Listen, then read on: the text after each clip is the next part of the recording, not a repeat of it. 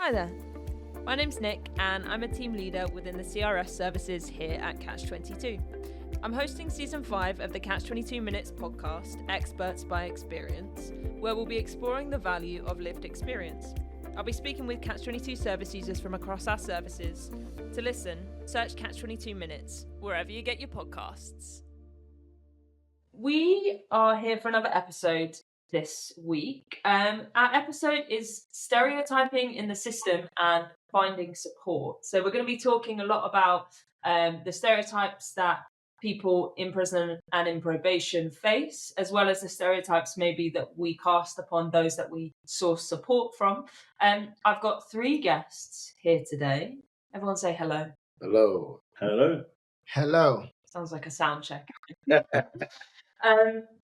And we're going to start with a quote by Chimamanda Ngozi Adichie. And the quote is, "The danger of a single story." So the single story creates stereotypes. And the problem with stereotypes is not that they are untrue, but they are incomplete. They make one story become the only story. So what do we think of this? What do we think of stereotypes and the idea of like only having one story about yourself? Personally, I feel like people with one story, they're more prone to being stereotyped. Unless you know someone's full story or you know more about that person, you don't really know. You don't have nothing to go off, so we just create a stereotype in our head. Brilliant. For example, I could come here today. You could have not heard nothing about me.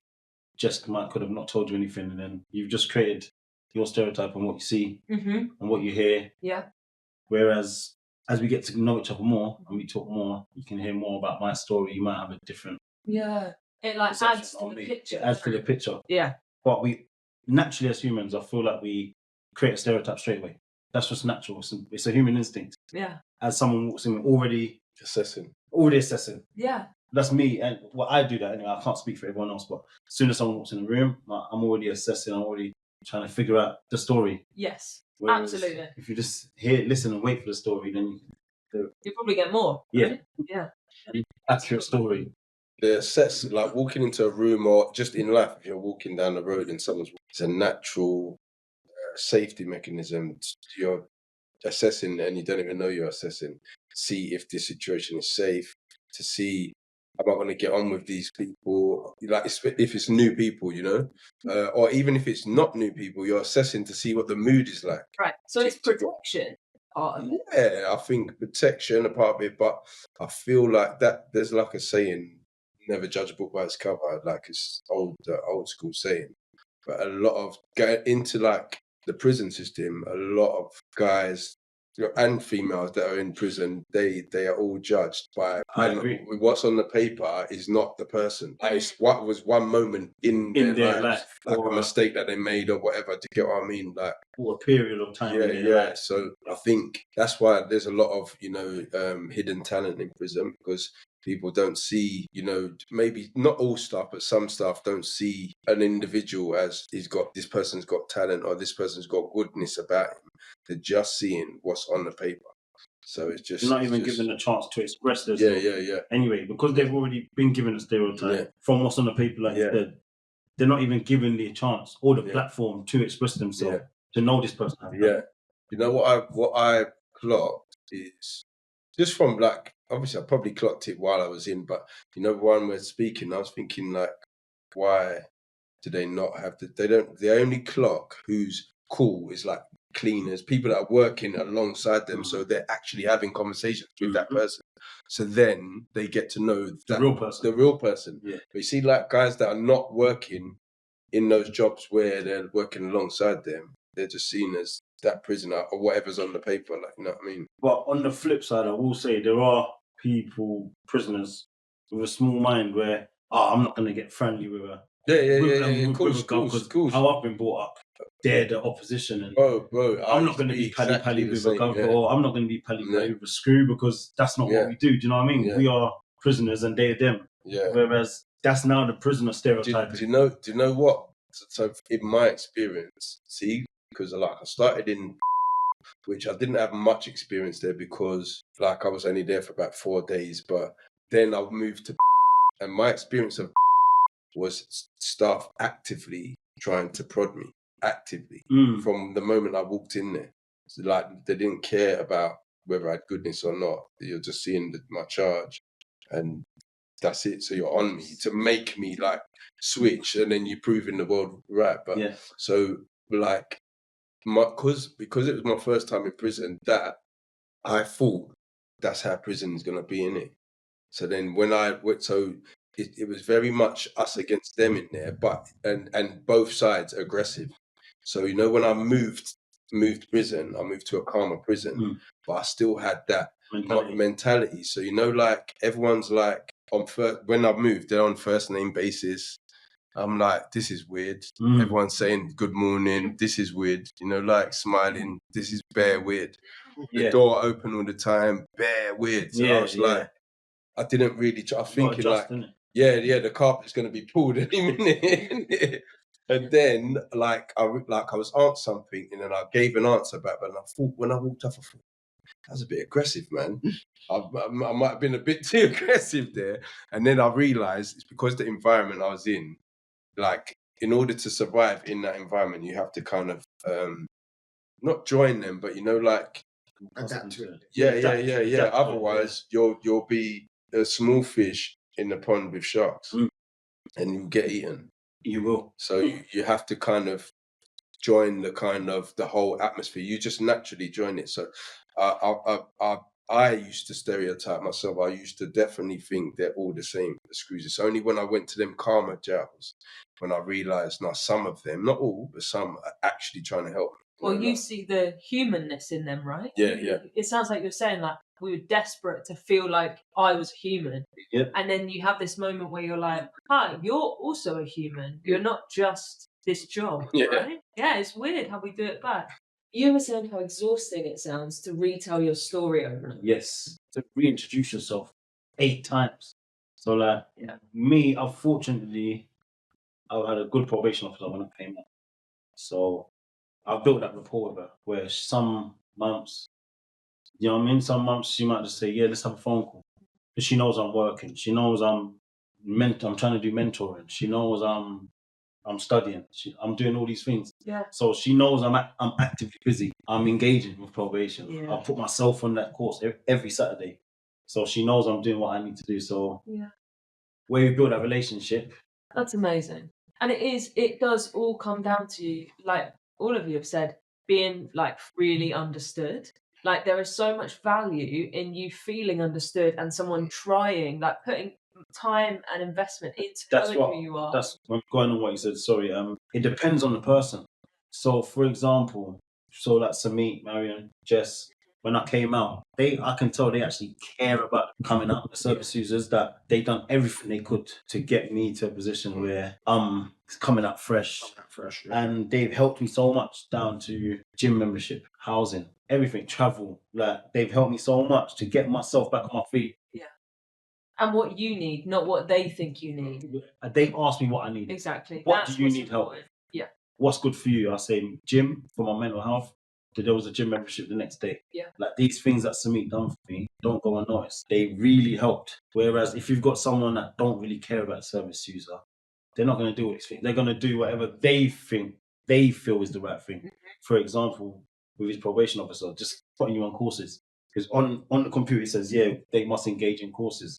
But they're not taking the time to find out what courses, or is a course even going to be beneficial? Yeah. Do you know what I mean? Definitely. Absolutely. Yeah. I think it's like a bit of a battle, isn't it? To like wade through the stereotypes that people have of you in the world. Do you feel like I really wanted us to talk somewhat about like the negative stereotypes of people coming out of prison. So like, was there anything you felt coming back into the community out of prison, where you felt like maybe the world was stereotyping you in a certain way? Was there anything like that? Or maybe you were stereotyping you, viewing? I think with work, because I was lucky to get the job that I'm in with in-house while I was in prison, but I always thought, how am I going to get a job? The minute you tell him you've been in prison, you're going to get popped out. Like, one of my friends, he's really good at computers. So he can strip a computer down, build it back. Basically, he just wears a shirt, goes to work, no strain, only a bit of patience. But every time, like, he'll work for a company for 4 months on good wages, then they're like, "Oh, we need to do a Yes. DPS." Then he's like, Here we go. man, that's By the time. slide. So Yeah, just slide. by time. He has to slide, find another one. So literally, he is fully legit now, but he still has to lie. Not lie, but Hop's got, that is the maddest thing. Like, no stability. and he's good at his job. Crazy. Like, he should create his own thing and Yeah. his work for himself. So that's what, like, with me, I was just lucky to fall into the job that I'm in. That's similar to me. Do you I know had what I a friend. Otherwise, I was having the same thing. Like, where am I going to go? Yeah, because the minute that is even like, so I've signed up for uni, and the guy asked me, he phoned me.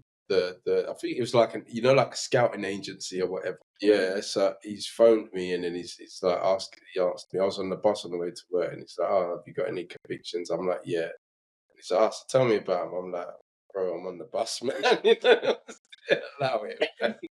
So then, like, I've called him back when I've got off the bus, and he just started like chatting about something else. But me, I was thinking, let me just get this out now. So then, if it's a no, it's a no, innit? Yeah. Like, so then I just said, bro, my conviction, blah, and I just told him. Then I told him about the work that I do, and then he's like, you know what, bro, I'm gonna help you, man. We're gonna get into this. You're gonna get into this, and then obviously I've been accepted and stuff. So, Which like, is huge. yeah, but I did think.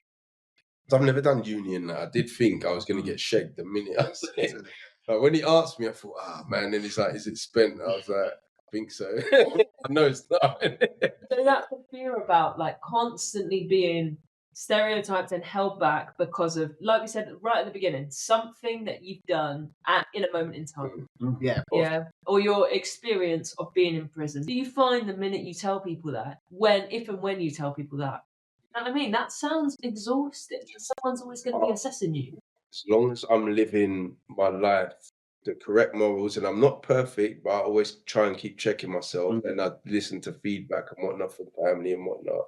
As long as I'm doing what I'm supposed to be doing in life, and I try and live my life as positive as possible, I don't really care, to be honest. And like, before, I used to care, like, Takes a while to get there. To that point, yeah. But what you believe I am, if you don't know me, then that means, and you're not willing to get to know me, that means What you're not supposed to values be. is Yeah, you're not supposed to be in my life. So just keep it moving. Otherwise, like, I find before I used to like ruminate, but what if they think this? What if I don't care. As long as I'm doing the right thing. If you've got eyes and ears and emotions, and if you can't see, hear, or feel that I'm doing the right thing, then get out of it, innit? But I follow shit. Honestly, it sounds like a big relieving of the pain to be able to think and live like that. Like, that sounds far not easier, because it's going to be hard to get. I had a long time to reflect, made mistakes, got back up, built myself up. Do you get what I'm saying? So I did have a lot of time to reflect. So by the time I came out, like, my mind was ready, and then obviously I had to adjust to life, and then adjusting to life just solidified like how I feel. Like, at the end of the day, like, I'm not the person I used to be anyway. So, like, I don't think even if you haven't been to prison and 10 years or more goes on, you're still not going to be the same person anyway. So at the end of the day, I'm not the same person, and Absolutely. And that, like, being content with where you are. I have one last question. It's kind of two parts. The first part is, what do people misunderstand about you the most? So let's do that first. What do people misunderstand about you the most? What you have to offer. I'd say that's what people might misconclude About yourself. about myself, yeah. Till you start speaking to me and getting to know me, yeah. From a distance, you wouldn't know. Yeah. Yeah. It's deeper, it's more deeper. inside you. Yes. It's the same as when I do my poems. They don't expect the poem I'm going to give. Yeah. They probably think I'm going to something different. Start doing grime or something. yeah, That's the first thing. That'll drill or something when they see me. So in that kind of sense, yeah. Really challenges the way people assume things about you. Yeah. With me, I'm someone who likes to see the best. So if I'm around you, and I bring you around me, around my life, I like people to reach their best potential. but sometimes it can come across as not rude, but I've had people come back and say you're too pushy. But that's only because I see where that person can be. So hence why I've just started doing a life coaching. So I want to be a life coach, and I see the best in people. But it's always more than they can see for themselves, and it's frustrating because they're just so lazy. And I'm saying, bro, like, I'm saying you need to do this X, Y, and Z. Yeah. I've identified your strengths is in this.